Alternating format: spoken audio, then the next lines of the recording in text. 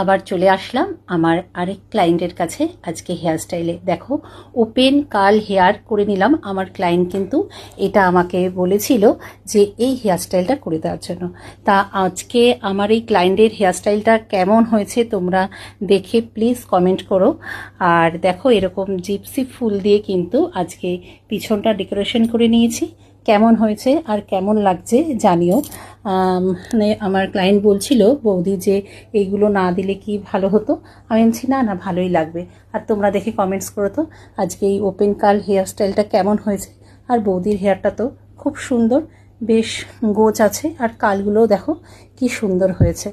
দেখো, আর বৌদি self makeup বৌদি নিজেই করেছে, বেশ ভালোই করেছে।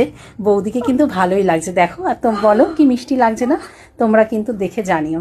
আর দেখো, এইভাবে ফ্রন্টে মানে একটা পাফ করে নিয়ে উল্টেই কিন্তু হেয়ার স্টাইল করা হয়েছে, আর সামনের দিকে কাল করে নিয়েছি।